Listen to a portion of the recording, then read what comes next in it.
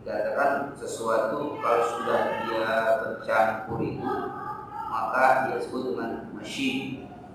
Ya, kalau dia sudah campur dengan lainnya maka disebut dengan masyid. Khalidin, setelah pada khalidin, lafzun wa ma'na, secara lafaz atau secara makna. Artinya secara hakikatnya memang betul-betul dicampur, bukannya secara majaz saja. Jadi ketika mengatakan inna khalaqnal insana min nutfatin amsyaj nabtalihi wa ja'alnahu samian basira. Inna khalaqna, sebenarnya kami ciptakan al-insana manusia min nutfatin, ya, dari nutfah. Air mani itu amsyaj, yang bercampur. Maka ketika dia tidak bercampur maka tidak menjadi sesuatu, baik itu sebelum jadi nutfah ataupun nanti setelah dia akan menjadi khalaqnal insan, jadi manusia. Itu ada apa? Ada percampuran. Maka percampuran itu menggunakan kata amsyaj, bukan kata khalaqa, karena percampuran itu memang secara hakikat dia bercampur. Artinya dia tidak bisa berdiri sendiri, bercampuran. Maka dengan min nutfatin amsyaj, dengan nutfah air mani yang bercampur. Ketika dia bercampur maka barulah dia diproses menjadi pembentukan manusia. Jadi amsyaj itu akhlak. Mustatira muntashira qayatul intisyari. Mustatira asal tara yatir, mustatira berterbangan, asal tara itu terbang. Maka burung disebut apa? Tayr. Pesawat disebut apa? Ta'irah. Ta'irah pesawat itu apa ya? Dia apa? Yang terbang. Burung toir. Hurufnya kok sama itu aja ya, Ya, roh ya. ya to. Biasanya asalnya itu to alif dengan roh, tor asalnya. Nah, itu kan ya apa? Jadi dia dengan huruf dia orang yang khairat. Karena ada yang kalau huruf tengah-tengah itu dia bisa waw. Bisa koma ya berarti intinya waw. Kalau toro ya tiru berarti dia lebih peka. Koir itu burung, karena dia terbang. Kalau pesawat namanya apa? Ta'irah. Jadi di sini mustatiran, kata mustatiran itu dia terbang, diartikan muntasyiran. Apa itu muntasyiran? Ghayatul intishar. Jadi itu berterbangan. Jadi memancar di ghayatul intishar, saking banyaknya dia tersebar kemana-mana, maka disebut dengan mustatir. Kan saking apanya? Jadi kalau sudah dia menyebar seperti dia berterbangan kemana-mana. Kayak orang kalau misalnya sudah apa ya? Sudah lama dia berkibar, orang bilang apa? Jam terbangnya sudah tinggi. Jam terbangnya. Jadi jam terbangnya berapa menit? Bukan terbang-terbangan, misalnya sebagai apa ya? Apa namanya? Senior ya, orang yang sudah ungkapan yang udah pada orang yang profesional di senior, dia sih jam terbangnya udah tinggi. Kan itu kan istilahnya apa? Pengalamannya sudah kemana-mana gitu. Jadi walaupun dia kemana-mana di situ juga, tapi pengalaman itu sudah jadi disebut jam terbangnya. Kalau dalam ungkapan bahasa Indonesia itu macam itu. Jadi mustatira ini intisyar, jadi dia bertebar. Ghayatul intisyar. Waya itu di puncaknya, dia sangat seringnya dia jadi kemana-mana. Ini walaupun tasyir, ya, intisyar. Jadi kalau dalam ungkapan mustatira, dia istilahnya apa? Berterbangan. Sesuatu yang jadi istaqara syai'un intashar. Jadi kalau disebut istaqara syai', sesuatu itu terbang artinya intashar, dia bertebar. Walaupun misalnya tidak dalam pengertian terbang di mana? Di langit gitu. Tapi dia kemana-mana. Ada mana? Udah berterbangan ya man. Berita itu sudah intisar, sudah apa? Bertebaran. Kalau dengan menggunakan kata istitor berarti sudah jauh dia. Oh ya, kemana dia sampai itu berita sudah orang sudah tahu semua. Nggak bisa kemudian dia apa lagi ditarik kembali. Maka intinya menggunakan kata apa? Istitor. Ya, udah terbang dia, udah kemana-mana ya. Nah itu ungkapan pada ayat berapa? Mustatira itu digunakan pada ayat mustatira. Yufuna bin nasi akhafu yawman kana syarruhu mustatira. Mereka takut dengan nazar dan mereka takut pada hari yang kena syarruh, kejelekan, keburukan. Mustatira itu hari kiamat. Jadi keburukan sudah apa? Mustatir, sudah merata menyeluruh ke seluruh alam jagat raya ini yang namanya di kiamat itu, kerusakan sudah menyeluruh, sudah mustatir. Ya. Jadi mustatir itu bukan hanya terbang, hanya kejadian peristiwa syarnya, jeleknya peristiwa pada hari kiamat itu sudah mustatir, artinya semua dimanapun sudah merasakan efek dari kiamat itu, semuanya merasakan. Jadi kata-kata mustatir bukan harus diartikan apa? Berterbangan, tapi apa? Sudah meratakan, sudah merata semua. Sudah tidak ada tempat-tempat yang tidak tersentuh dengan apa? Dengan peristiwa kiamat tersebut. Kalau memang itu terjadi guncangan semua terjadi guncangan. Kalau memang terjadi wabah, semua terjadi wabah. Jadi nggak ada wilayah yang apa? Yang terlewatkan. Itu namanya apa? Mustatir. Ya. Qamtarira. Al-qamtariru al-syadidul asibul ladhi yadulu balahu. Qamtarira, al-qamtarir artinya asyadidul asib. Jadi bencana yang dahsyat, alladhi yatulu balahu, yang panjang bencana itu. Itu ayatnya ayat berapa? Di apa? Surah di ayat berapa? Qamtarir 10 ya. Di pada ayat Bajasa. Inna nakhafu min rabbina yawman 'abusan qamtarira. Yauman abusa qamtariyun. Pada hari bahasa itu apa? Yang bermuka masam mereka itu Qamtarira. Qamtarira artinya bala, asyik, bencana yang menimpa, tapi bencana itu tawilan, berkepanjangan.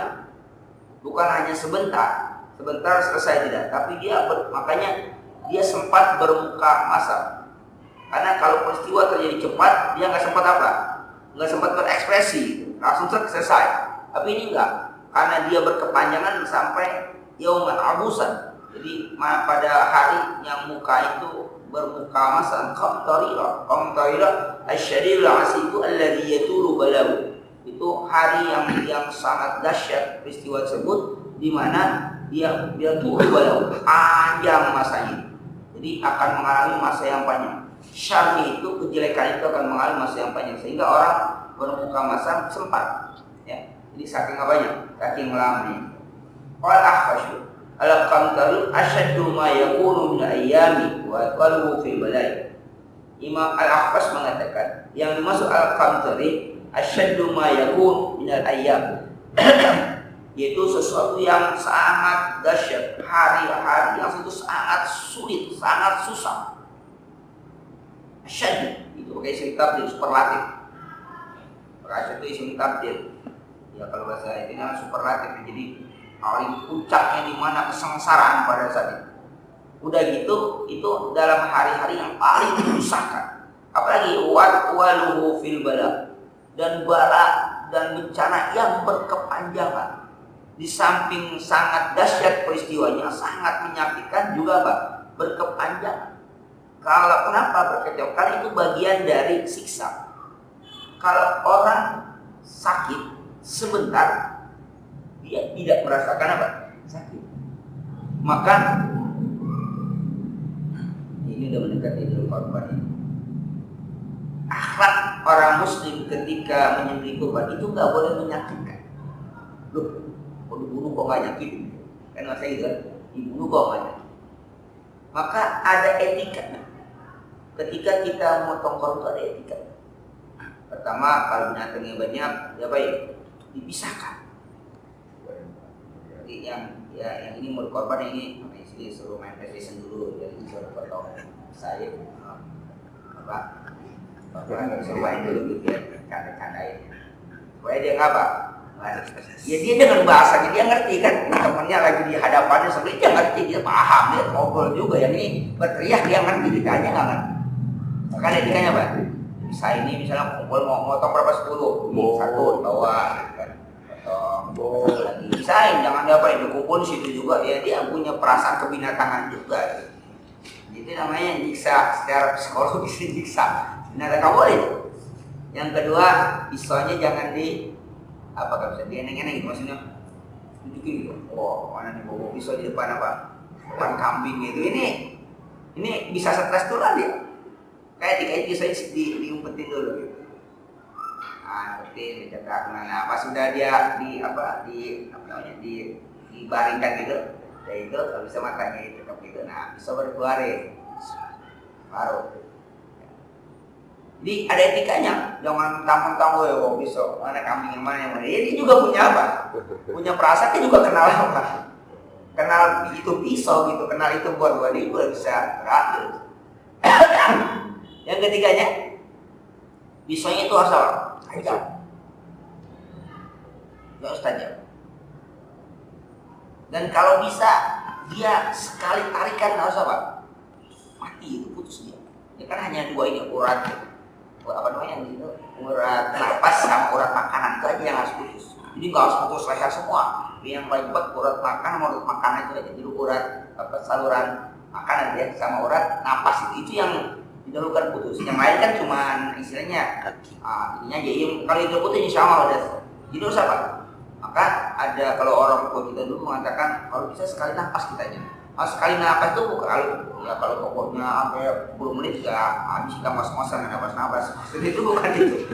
Cepatnya kita menyembelih itu gitu. Kalau bisa langsung putus. Saking cepatnya dia nggak akan merasakan yang namanya rasa sakit. Nah itu cepat. Makanya Islam melarang apa? Melarang menyiksa binatang dengan cara melarang. Oh, apa? Saya nggak tanya bodoh, aku tuh nggak akan masya Allah nyiksa itu. Nggak boleh. Jadi itu sama apa? Sama binatang, kita punya etika, kita punya akhlak sama binatang. Nggak boleh nyakiti di dalam. Apalagi sama manusia, manusia udah pasti lah. Sama binatangnya ada etika ya kita. Etika bagaimana akhlak kita sama binatang sampai segitunya. Jangan sampai menyakiti dia. Nah, jadi itu Islam itu masya Allah. Rasul kita ngajarin itu luar biasa. Ya sama binatang kayak gitu, apalagi sama apa? Sama manusia. Jangan sakit itu berkepanjangan. 5 tahun cukup sih. Itu aja ya. Jangan berkepanjangan. Ya, cukupkan gitu. Apa? Nanti terus berkepanjangan sama terus. Udah kelihatan segitu, udah jangan dipanjangin lagi. Sampai situ aja dah gitu. Kita kasihan. Kita mau apa kita kasihan gitu. Kasihan pada kita. Kasihan pada kita, kasihan pada dia. Yang penting kita kasihan, jangan berkepanjangan. Ya. Udahlah, dia yang sudah tersiksa saja sudah sampai situ, jangan disiksa lagi, sudah besar. Ya, udah begitu ceritanya. Ya Anto. Tim tugas dia ada di situ. Dia udah terbiasa dia. Di mana? Di mana? Gedung bukan gedung juang, terakhir ada. Wah, nah sekarang di restoran kayaknya. Hah? Kok di restoran itu kan yang orang rumah itu bukan di restoran yang apa makanan apa tuh? Timur Tengah itu. Yang dulu bekas markasnya tahun dulu itu sekarang kan udah jadi restoran apa? Ada teman-teman bilang dulu itu markas itu kan jadi Jawa jadi apa? Restoran ya ala Timur Tengah gitu kalau tunggu ya apa gitu. Di dua ya. Oh. Nah itu katanya gitu katanya. Ya. Jadi ini Kamtarira itu peristiwa hari kiamat, balanya itu berkepanjangan. Yang merasa dia apa? Supaya orang merasa. Jadi kalau selain selesai itu sudah habis kan gitu.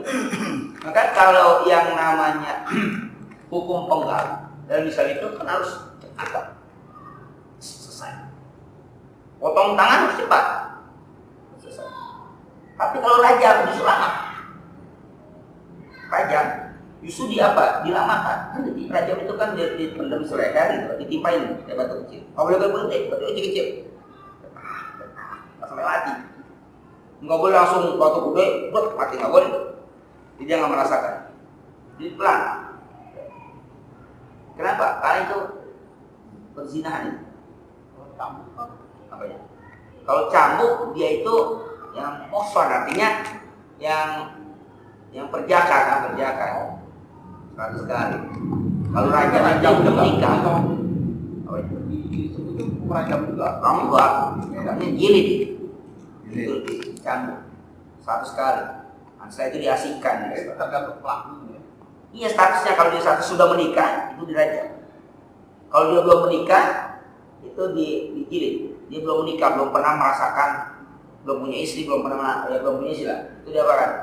Itu kalau dia melakukan perzinahan, ya namanya orang belum pernah gitu kan, itu hukumnya jilid. Nah itu dia diasingkan selama 1 tahun, nggak boleh lagi gitu. Tapi kalau dia sudah pernah menikah, orang Muslim udah pernah menikah, maka dawai dirajam. Lagi.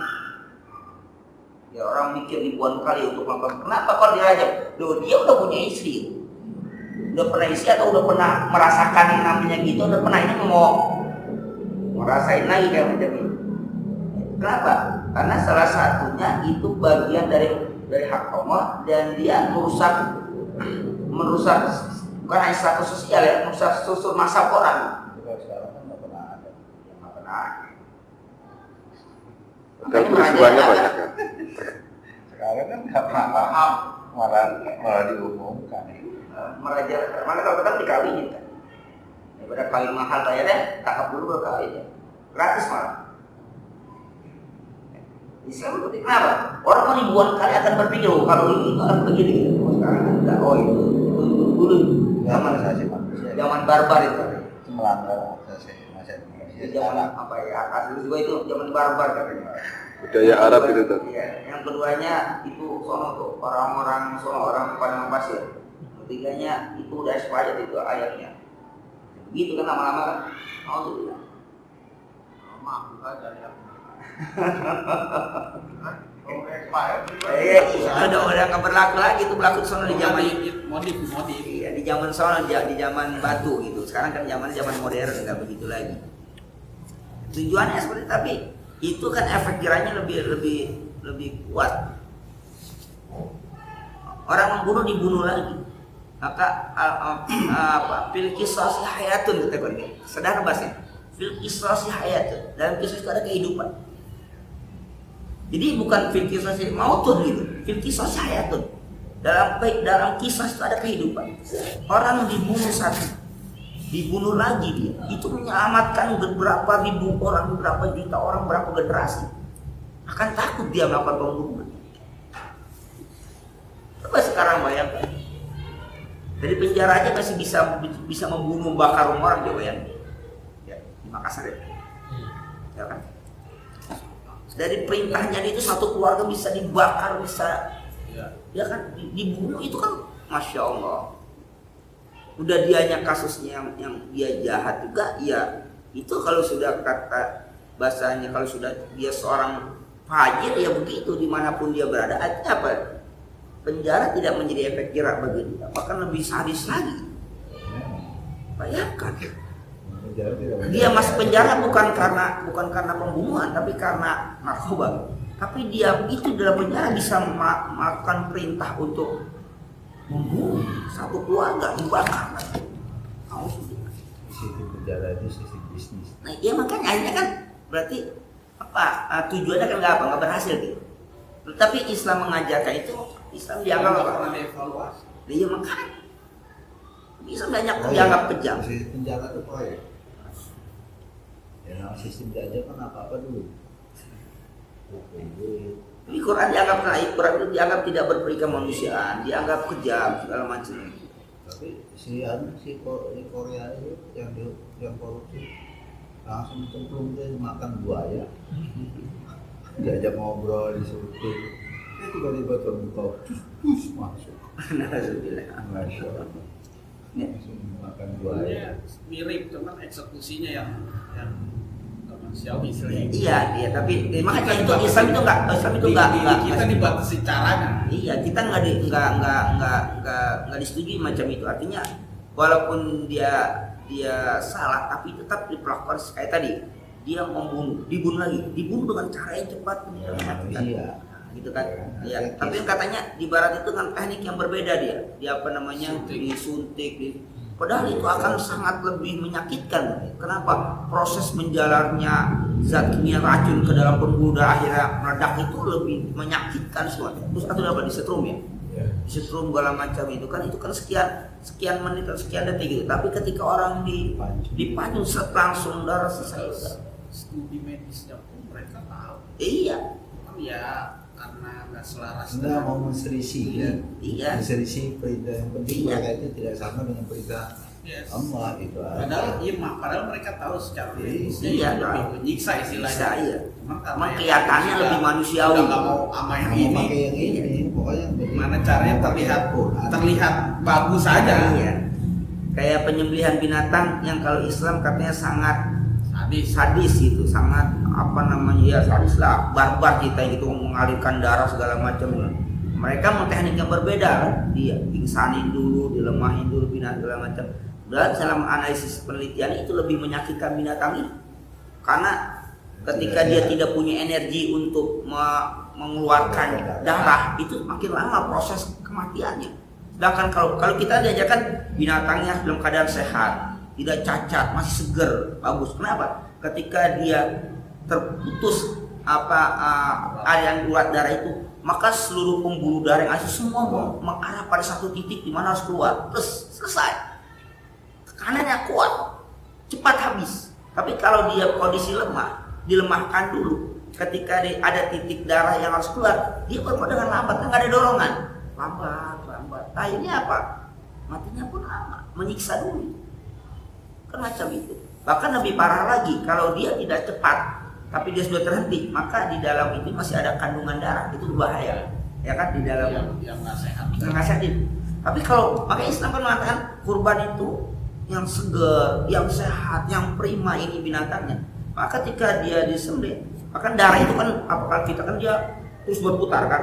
Ada titik satu saja yang titik jalan keluar, dia kan akan memancar dari. Apalagi titiknya banyak hasilnya luas. Semua akan mengarah keluar semua ke situ. Tapi kalau dia dilemahkan, fisiknya dilemahkan, maka nggak akan mompa dia. Dan makan akan tertahan. Nah, kita tertahan, dia membeku dalamnya itu yang yang penyakit. Dagingnya busuk. Penyakit itu. Kita konsumsi itu penyakit. Itulah Islam itu kalau kita percaya kan udah benar gitu. Tapi banyak yang nggak percaya. Iya, itu intinya itu. Maka kan ya siapa hudannya siapa coba? Kan hudannya ilmu takitnya. Kalau nggak mau takitnya nggak jadi hudan ya. Iya. Jadi kan kalau nggak jadi hudan, kalau nggak mau takit nggak jadi hudan, nggak jadi petunjuk. Indonesia aja nggak percaya. Siksa itu. Makanya pakai Jadi penerapannya dianggap begini. Padahal ya tadi bahasa bil hayat bil qisas hayatun. Dan kisah itu ada apa? Ada kehidupan. Bahasanya sederhana. Di kalau nggak salah Said Kutub kalau nggak salah pernah meneliti. Jadi di PBB itu ada hak asasi yang berapa item itu sampai macam itu dipampang sama.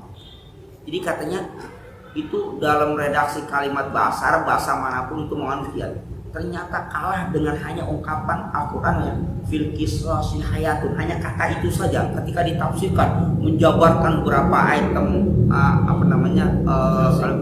statement yang keluar dari qisasi hayatun segala macam ratusan keluar. Quran yang mengatakan fil qisasi hayatun, tapi di PBB itu yang terpampang itu banyak kalimat-kalimat yang orang mungkin jangankan hafal, ngerti juga belum tentu ngerti tentang hak asasi.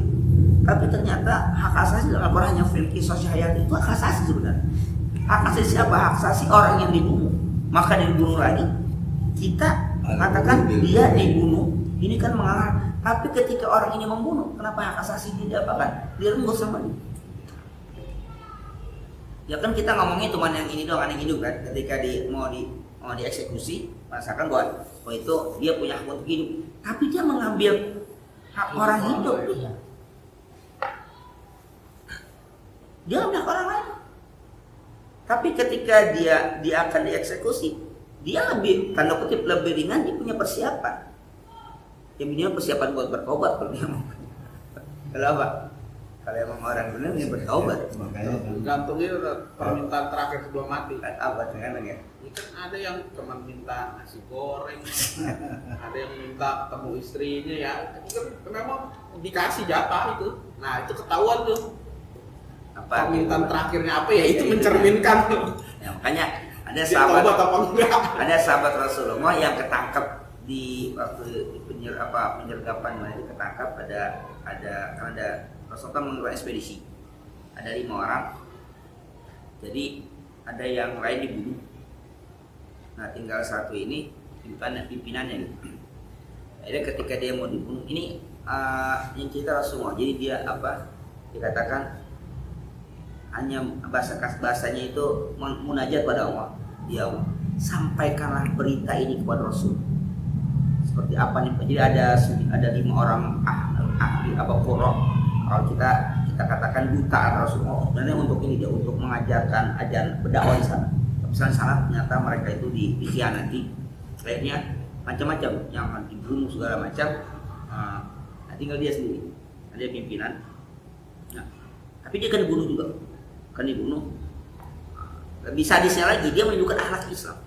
Sampai kalau kita diikat di tiang tenda gitu, diikat terus didatengin ada anak kecil datengin dia, dan anak kecil itu bawa pisau yang paling tajam di dunia, pisau cukur buat dia nyukur. Ketika anak kecil itu ada di sujud, dia ini megang pisau cukur. Anak kecilnya duduk di pangkuan dia, semuanya kaget kan, kali kan tawanan, takut disandar segala macam. Enggak, dia nyukur karena dia ingin bersih ketika nanti dia dihukum mati. Takutan orang karena anak kecil itu duduk di pangkuan dia megang pisau cukur. Ya anggapan mereka apa? Waduh, ini minimal dia apa ini? Sandra lah gitu kan. jadi tameng nih anaknya. Tidak, ibunya datang tidak masalah. Sampai tersenyum bersih. Nah, itu permintaan terakhir apa? Permintaan terakhir dia diberikan kesempatan untuk sholat 2 rakaat. Itu yang dia. Jadi orang kalau mati apa yang dalam pikiran apa? Terakhir Ini apa? Cuman sholat dia minta 2 rakaat. Dia sholat, dia bilang seandainya aku tidak khawatir orang-orang akan mengatakan aku ini takut mati, maka aku panjangkan sholatku. Karena aku lagi senang sholat. Tapi takutnya karena dipanjangin sholatnya apa? Dianggap ini sih mau apa namanya? Memperpanjang waktu lah. Takut ya ini modus aja nih gitu kan. Aku takut akhirnya dia sholat secepat mungkin, sederhana secepat mungkin, sederhana mungkin. Dia sholat 2 rakaat. Setelah itu dieksekusi. Nah, kabar datang itu ke Rasulullah. Nggak ada yang ngasih tahu tuh. Nggak ada yang ngasih tahu. Oh alah, mungkin malaikat Jibril ngasih tahu. Dikasih tahu lah Rasulullah bahwa si pulan semuanya sudah di. Selalu utusan atau apa? Untuk menjemput kampung tersebut tentang utusan Rasul. Karena utusan itu atau apa-apa. Nah, akhirnya itulah menjadi tradisi dalam Islam. Orang kalau mau dieksekusi mati itu harus sholat 2 rakaat. Jadi kalau orang tuh mau dihukum mati, dia diberi kesempatan untuk sholat 2 rakaat. Itu gara-gara itu. Di gara-gara itu, maka sejak itulah setiap orang ada di eksekusi mati itu diminta untuk sholat 2 rakaat kalau dia orang muslim.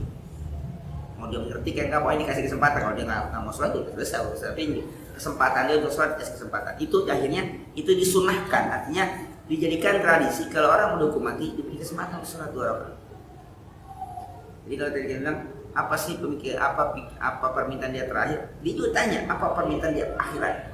Itu minta sholat, diberikan kesempatan sholat 2 rakaat. Dan dalam sholat itulah dia berdoa segala macam. Dia nggak takut mati, cuman dia khawatir ini tidak diketahui oleh Rasulullah. Jadi dia hanya mohon ya Allah sampaikan berita ini kepada Rasulullah. Ini hanya mohon sampaikan, ini nggak ada yang tahu, kalau kamu tuh nggak ada yang tahu seperti ini nanti sangkanya mereka tetap segala macam itu kan jauh posisi. Dan hanya minta sampaikan berita ini kepada Rasul ya Allah. Sampaikanlah apa?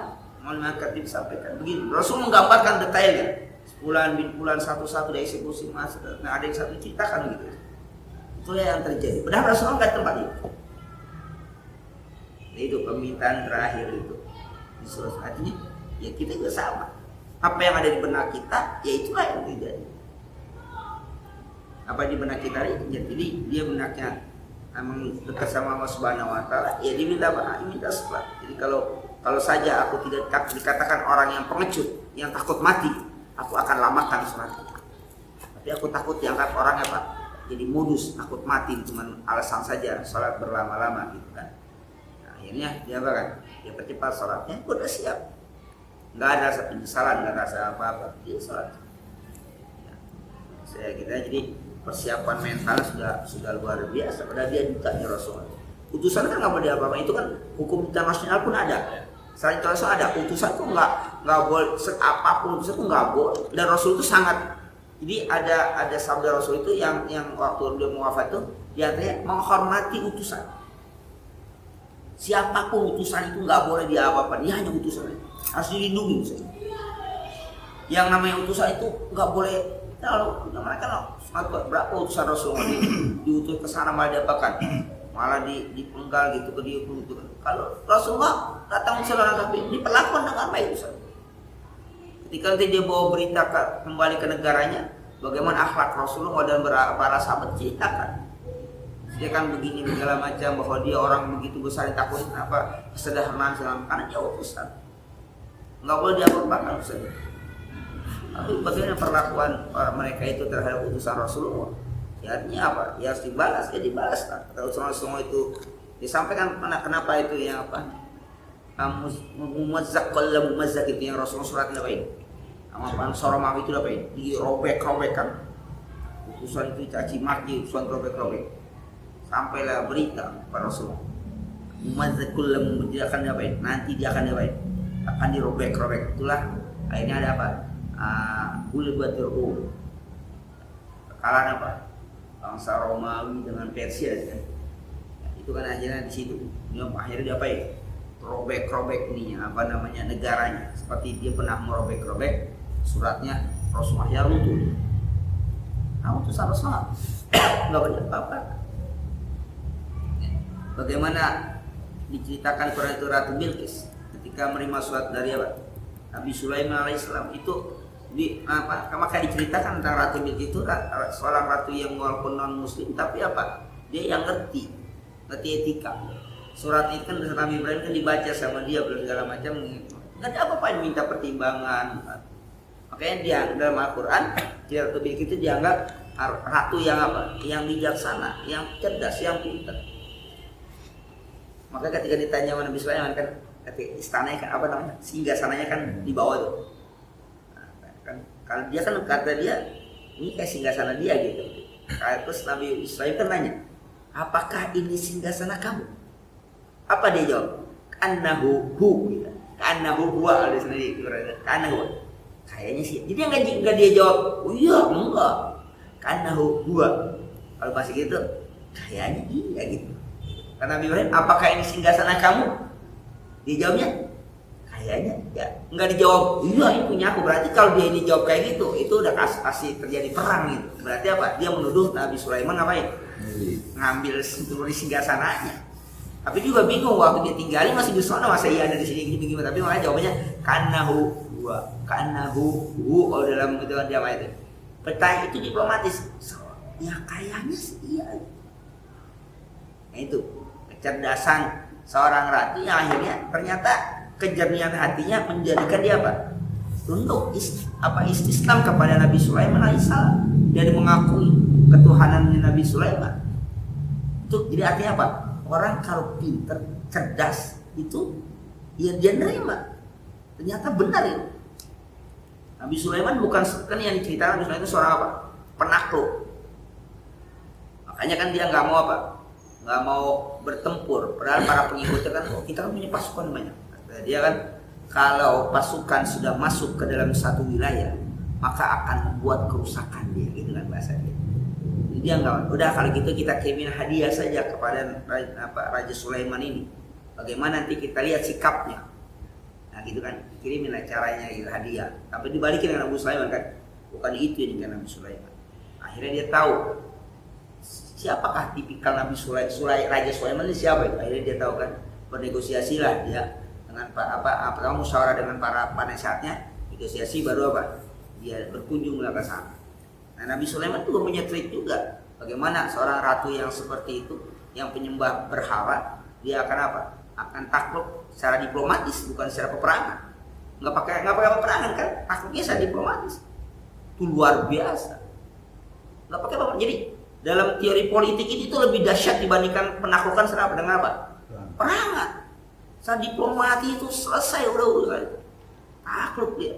Tunduk Nabi Sulaiman. Jadi ini urusan luar negeri. Nah iya menteri. Itu kalau itu belajar bagaimana diplomasi Islam di Quran itu ada gitu loh. Belajar di Quran itu ada bagaimana diplomasi Nabi Sulaiman ke luar negeri itu bisa takluk di bawah kaki Nabi Sulaiman tanpa harus pertumpahan darah sedikit pun dan tanpa menghinakan. Artinya apa? Ketika datang bantuan begitu banyak, diterima Nabi Sulaiman. Gak diterima Nabi Sulaiman, dikembalikan segala macam ini. Ya, walaupun dari IMF itu nggak diterima juga gitu. Punya apa? IMF malah. Kalau ini nggak diterima mau minta. Oh gitu.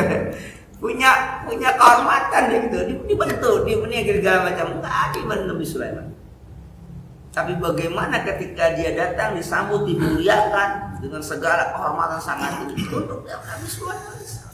Itu diplomasi yang luar biasa. Jadi kalau kita katakan Nabi Sulaiman itu seorang diplomat ulung, bukan hanya orang loh. Ini kan pentolannya tunduk, rakyatnya akhirnya ya tunduk semua. Tapi tanpa menghinakan diri. Dikasih hadiah begitu banyak pun ditolak. Nah itu jadi ya apa ya? Bukan cukup, artinya ya itulah Al-Quran itu. Kalau kita mau gali itu, kalau kata Pak Quraisy, Al-Quran itu bagaikan lautan yang tidak bertepi. dan bagaikan sumur yang tidak berujung, yang berdasar gitu. Dia bagaikan lautan jauh. Dan kalau Anda menyelami itu, semakin Anda selami itu ibarat lautan, maka semakin apa? Semakin banyak yang akan Anda temukan di dalam lautan. Semua kan yang indah-indah di mana ada? Di dasar laut. Ya, segala macam, dan binatang-binatang yang istilahnya yang paling bagus biasa itu sampai ikan apa yang kalau sekarang kan ikan bagian atas kan sudah terkontaminasi dengan apa? Dengan apa namanya? Zat kimia apa tuh? Macam-macam gitu kan. Tapi kalau yang apa? Yang di bawah itu kalau makan makanan Jepang dan harganya mahal ya? paling mahal. Nah, harganya mahal karena dia apa? Ikan di laut di dalam. Jepangnya paling mahal makanan Jepang. Dua orang nyarinya aja pakai satelit kok. Saat itu nyari ikan itu pakai satelit itu. Ikan ini ada di dalam apa kedalaman lautan yang berapa kilometer itu pakai saat jadi apa kapal itu udah canggih punya sensor itu. Jadi kita nggak ngabis-ngabisin bahan bakar keliling-keliling agak dapat gitu enggak. Sasaran ketemu baru dia apa? Dikejar ke kapal ke sana baru dicari. Kita nggak nyari keliling-keliling udah habis bahan bakar nggak dapat pulang lagi. Dia nggak udah terdeteksi di sini adanya langsung sekian bahan bakar sekian udah sasaran tangkap selesai. Efisien, efektif, kan? Kita kagak keliling semua keliling ada apa? Saya tadi bahan bakar habis nama-nama daftar. Artinya semakin kita mendengar Al-Quran itu semakin banyak keindahan yang Al-Quran kita tadi. Ini kita masih main di atas aja nih kita. Belum nih. Ya baru main. Belum diving. Iya belum di atas yang ayat banyak sampah gitu, banyak ini masih bau kan. Itu masih di atas kita mainnya.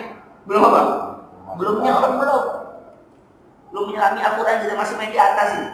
Belum menemukan mutiara, boro-boro mutiara ikan dulu belum ketemu kita. Di luar doang. Kenapa belum? Di luar doang. Kalau dapat karang hijau kalau kita makan bisa apa? Karang hijau bisa mabok. Keracunan. Ya bisa keracunan. Baru di atas belum masuk ke dalam kita.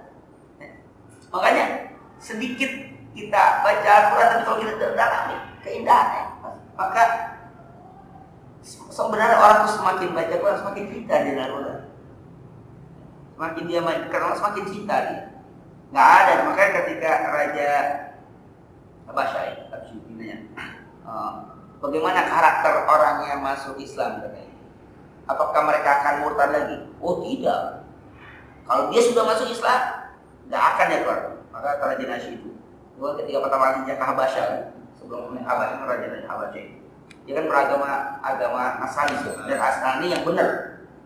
Ada sehingga dia yakin di mengintegrasi karakter kenabian ini siapa nabi itu ngajarin apa bersama sampai dia bagaimana kalau sudah masuk apakah yang mutabat. Nah itulah iman.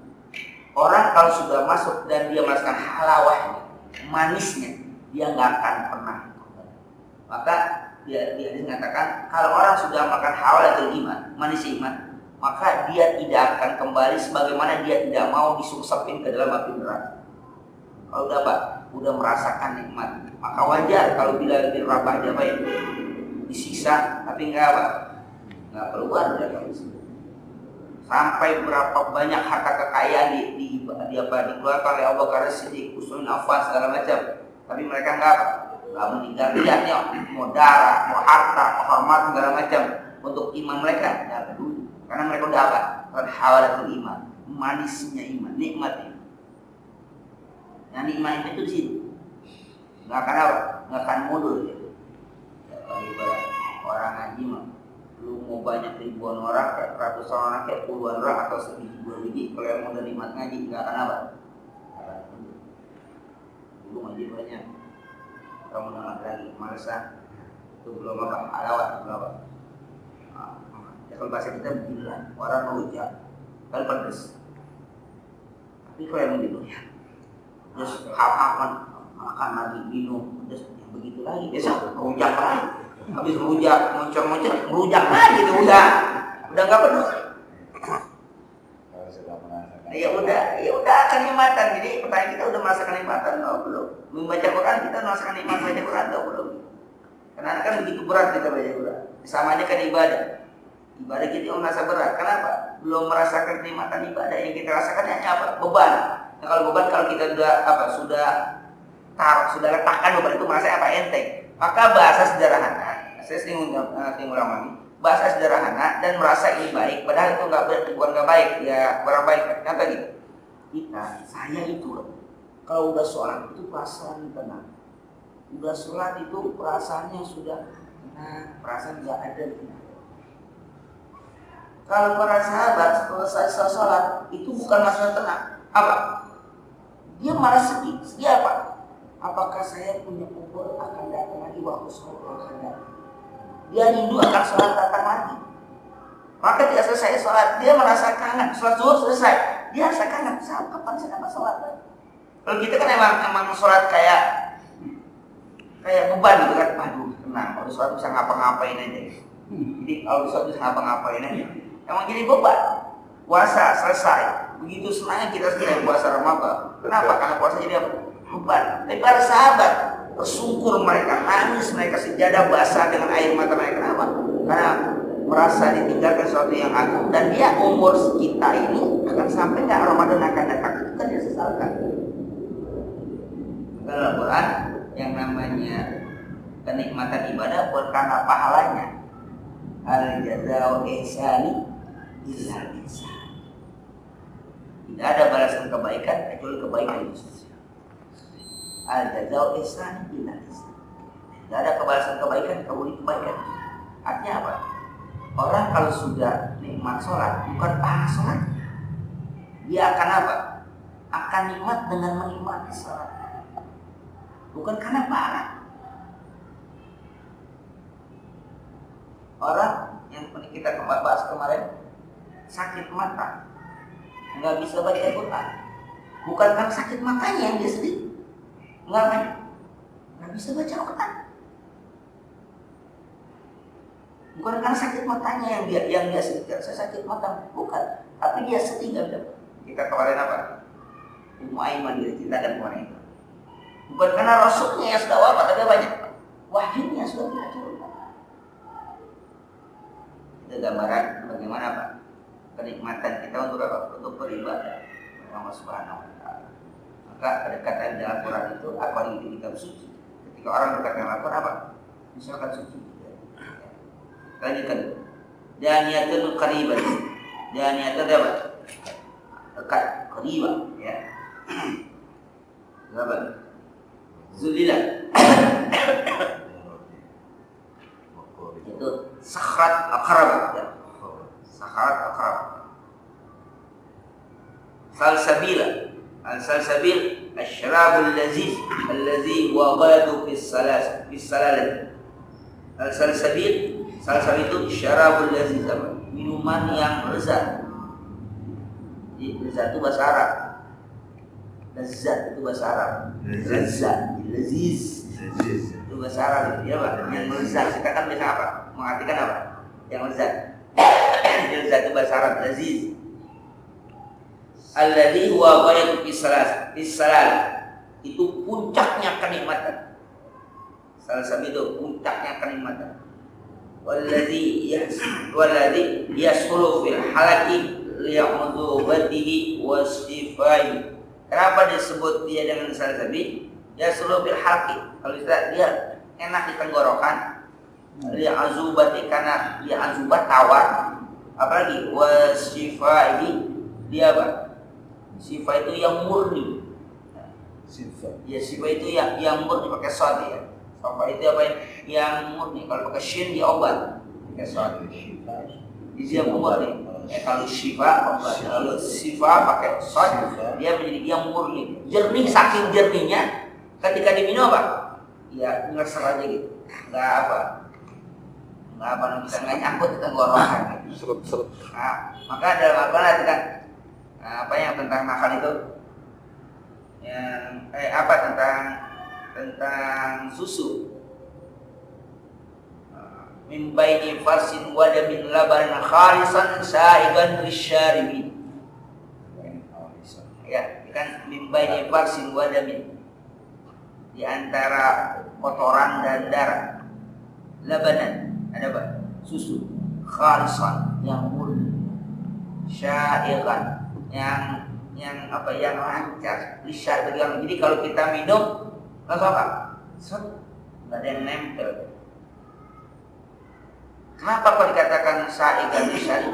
Pertama, dia berada di bainin pasi, di antara kotoran. Susu itu kan di dalam perut ada kotoran, tapi baunya kotoran tidak mengkontaminasi terhadap susu. Wadamin, di antara darah. Warna merahnya darah tidak membuat terkontaminasi warna. Artinya kita minum susu, kita minum nih air susu gitu, kita ingat, kita bayangin prosesnya, tetap nggak akan apa begitu, nggak akan enak gitu, nggak akan, tetap aja ini ada di perut sapi yang ingin minum aja, nggak akan lalu jadi balik lagi enggak. Coba ente minum sambil ngebayangin asalnya susu ini dalam perut sapi, biar sapi teman aja itu. Kalau lagi ini punya sapi itu orang Kuningan lagi meres itu, karena tadi lagi bersih ini kan, ngapain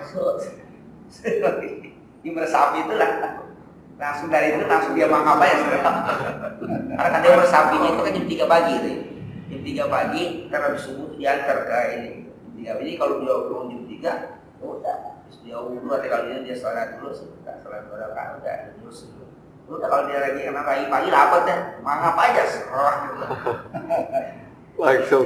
Iya, dulu tuh masih ada sapinya, pernah juga itu mau nggak yang murni gitu, kayak gimana, siapa busa gitu, ada busanya gitu, mau ini, waduh, mau enak dimakan, ya enak ya. Artinya kita tahu pas kayak gitu, kalau kita minum tetap aja Pak. Ya lega aja minum aja, walaupun diceritakan kayak macam itu Allah sudah takdirkan. Nah ini salsabila itu minuman yang dia gampang ditenggorokan karena dia tawarnya dan begitu murninya dia. Murninya minuman itu, saking murninya asal namanya salsabila. Sundusin, as-sundusin ar-raqiqu min siyabil harir. Ya, sundusin itu apa? Sundus itu ar-raqiq yang tipis, yang lembut, min siyabil harir. Dari pakaian yang terbuat dari apa? Dari sutra. Itu nama apa? Sundus. Ada lagi istabrak, siyabul harir al-ghilzati, yusama ad-dibaj. Ada lagi namanya, kalau sundus itu sutra yang halus. Kalau istabrak itu sutra yang tebal. Sutra juga. Atau dia disebutkan ad-dibaj. Dibaj sama istabrak itu sama. Jadi sutra yang tebal.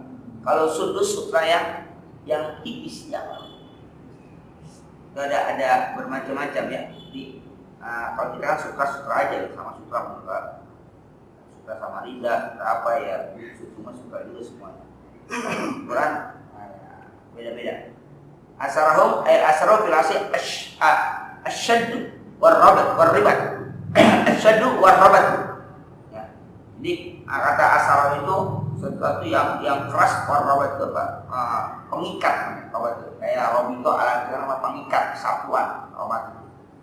Sumautika ala khalqi, kemudian ditemukan pada setiap makhluk. Kalau makhluk kata asarahu, maka syadda asaru ay asana khalqu, yang bagus pembentukannya, karakter manusia itu. Wah kama takwin, dan yang seimbang dalam postur, jadi cakep dia. Dan juga kalau orang kadang-kadang cakep tapi nggak seimbang. Ini cakep dan seimbang. Arti kata-kata seimbang itu ketika orang melihat di sisi manapun dia cakep. Nggak kelihatan ya dari belakang si cakep, dari depan nggak gitu kan. Di belakang cakep, depan belakang itu manusia. Manusia itu emang ya, makanya katakan fi ahsani taqwim yang begitu. Dari arah manapun lihat manusia itu bagus. Jadi enggak di belakang begini, kalau di depan enggak. Manusia itu di belakang, depan, samping semua bagus. Dia seimbang. Orang itu seimbang. Ya, itulah manusia. Ini kata-kata Pak Asar. Jadi kalau katakan bahwa Allah sudah bukan memuji, menggambarkan karakter manusia dengan berbagai bentuk keindahannya, baik bentuk penciptaannya. Nah, kalau kita katakan seperti saya gambarkan, bagaimana dia dikatakan seimbang? Kalau kita membuat, kalau ada orang-orang yang biasa menggambar, kalau kita membuat benda, kalau benda itu kita bikin 90 derajat begini, itu kan pasti jomplang kan. Tapi bagaimana ketika kita ruku 90 derajat, ruku itu kan lempeng itu kan, nusuk kita kan. Enggak kan? Sedangkan itu kan nggak tertanam kan bumi kan, artinya telapak kaki kita kecil. Kita bikin benda model itu, benda apapun model itu. Kalau beratnya sama si manusia, terus begitu, terus bisa nggak apa posisi kayak begitu? Ya pasti jungkir terus jatuh terus ya. Bilang coba dah. Itu aja pakai kaki 3, ya. Itu pakai kaki 3. Ya sederhananya kalau pakai kaki 2 aja nggak bisa berdiri. Itu nggak sampai 90 derajat tuh. Sekarang Lurus. bisa ruku ya itu lurus kan. Sekarang kita ruku 90 derajat begitu, nggak jogging itu. Bayangkan kita ruku. Kan ruku yang cakep kan 90 derajat, ditopang dengan tangannya sampai di lutut, juga ininya lurus, itu kan seperti itu. Tapi enggak apa? Nggak situ. Iya gitu. Maka kalau ibarat kalau ditaruh papan itu apa? Lurus. Kalau ditaruh papan lurus. Kalau pakai water pass, coba tukang itu pakai water pass ya. Waktu itu derajat. udah bertambung banget. Iya.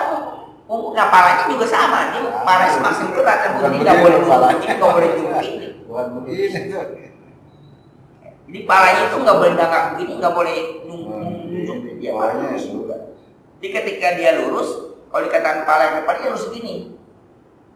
Jadi kalau yang pada saat ruku itu kita melihat tempat sujud itu melihat posisi. Bukan melihat, mengarahkan pandangan. Itu kadang saya mengarahkan pandangan ke tempat sujud supaya terkonsentrasi kita pandangan posisinya bukan mengingat mata, jadi mengarahkan pandangan. Ingat, kalau kita berdiri kayak begini, kita juga sebenarnya nggak boleh sujud, nggak boleh sholat begini gitu, enggak. Sholat tetap tegak, tapi mengarahkan pandangan kemana? Tempat sujud. Jadi mengarahkan pandangan.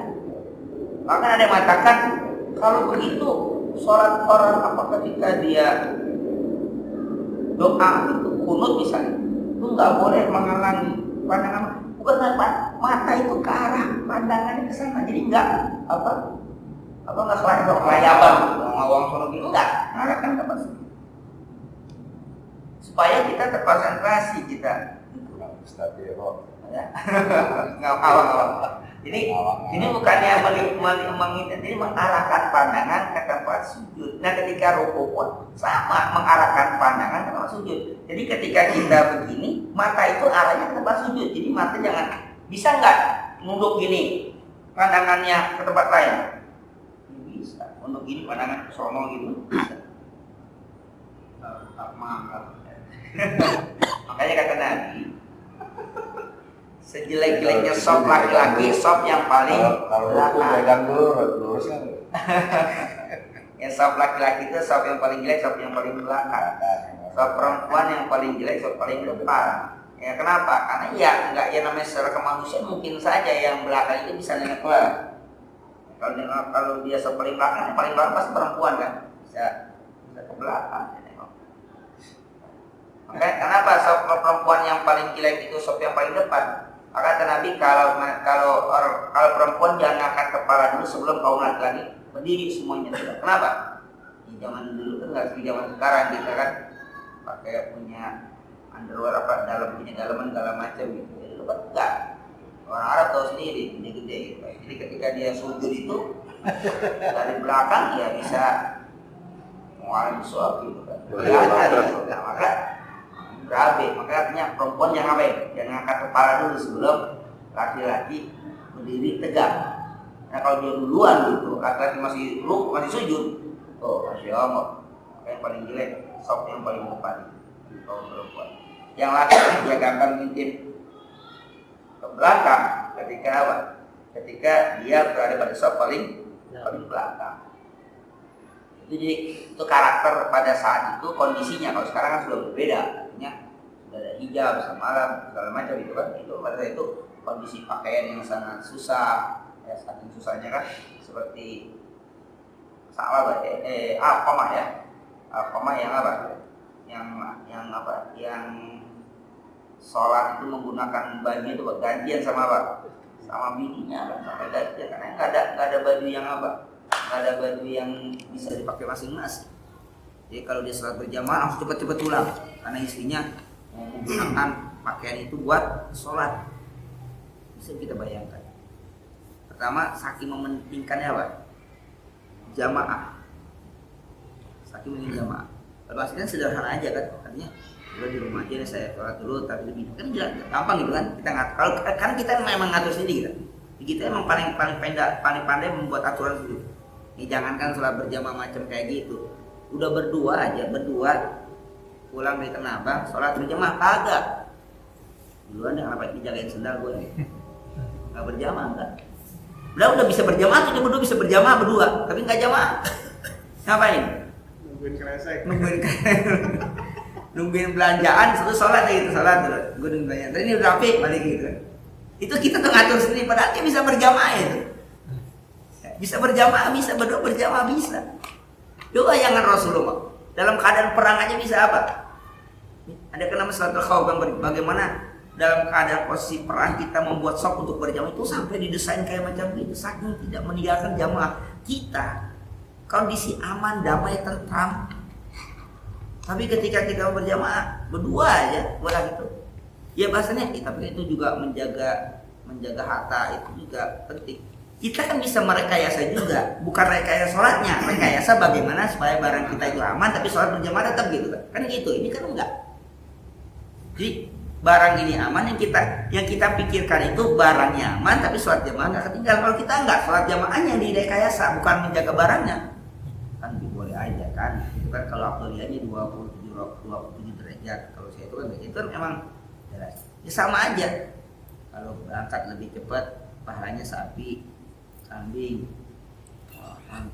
kontak kambing sampai apa? Sampai telur kan? Kayak telur. Ketika ini dapat telur juga nggak apa-apa yang bisa dimakan. Ya telur lah yang bisa. Sampai itu dapatnya telur, ya telur-teloran nggak apa harus makan gitu. Dan sampai begitu kan diberikan motivasi supaya apa? Supaya kita bersedekah itu nggak tetap aja. Itu dapatnya teloran ya nggak apa-apa telur aja bisa. Mencepok juga bisa. Jadi kita membuat rekayasa sendiri terhadap hukum Allah Subhanahu Wa Taala. Ya maka yang terjadi apa? Ya wa makaru wa khairul makirin. Wa makaru mereka buat makan gitu. Macam-macam direkayasa bla bla bla. Wa makaru Allah juga apa? Punya makar. Wa khairul maka lu mau main makar-makar kayak gitu, Allah lebih apa? Lebih hebat, lebih jago gitu kan. Lu mau rekayasa ke sono ke sini silakan. Allah lebih hebat maka rekayasa. Ya, jadi kalau bahasa kita itu yang nyiptain siapa segala macam membuat modifikasi sendiri itu kan. Ya Allah yang paling pandai membuat modifikasi. Jadi kita hukum mau kita modifikasi, ini kita rasa ini nggak cocok segala macam itu. Ya sudah selesai. Allah yang apa? Yang akan membuat modifikasi yang lainnya lagi. Masya Allah ya. Kita membuat apa? Rekayasa tentang hukum Allah. Allah pun membuat rekayasa. Ini wa makaru wa makarum wa khairul makirin. Mereka membuat makar-makar. Dan Allah itu yang apa? Ya, Allah juga membuat makar. Wa khairul makirin. Ya, Allah itu yang paling hebat, yang paling baik dalam membuat makar. Dan kamu pasti apa? Pasti kalah. Ya. Jadi kalau kitanya istislam apa istilahnya apa? Menyerah. Artinya menyerah itu ya udah tunduk, ikutin aja. Yang begitu ya begitu. Itu Allah akan memberikan jalan kita. Tapi kadang-kadang kita nggak menyerah. Maka Islam itu artinya menyerah, tunduk. Tunduk apa? Tunduk dengan hukum-hukum Allah yang Allah terapkan. Makanya kita akhirnya apa? Membuat hukum sendiri. Ya sudah, hukum ini nggak jalan, ganti lagi. Ini jalan, ganti lagi. Akhirnya apa? Ya terus kita hanya apa? Ajang uji coba saja. Padahal orang sudah memberikan yang apa? Yang patennya. Jalan ini selesai semuanya. Cuman kita nggak apa? Tadi berpangkal pada apa? Keimanannya. Summa qala at-tafsir wa mu'an bisawab al-Fatihah. Ya kenapa ya?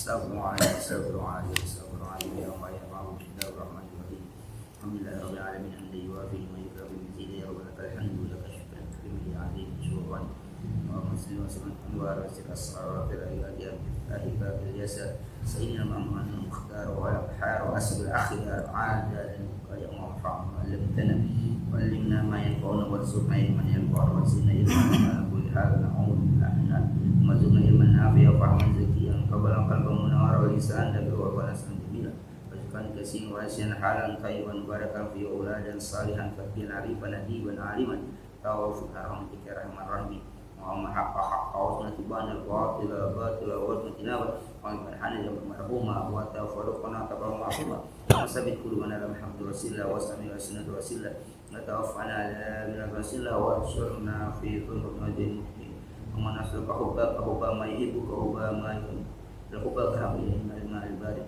يا أشرف أمرنا ومن تشافي لا شفاء إلا شفاء شفاء فإنك قدر فإذا ملك ويشفي اشفي أمراضنا يا رب جميع أهل بيتنا إخواننا أخواتنا في موسى وصلنا مرضى الزواج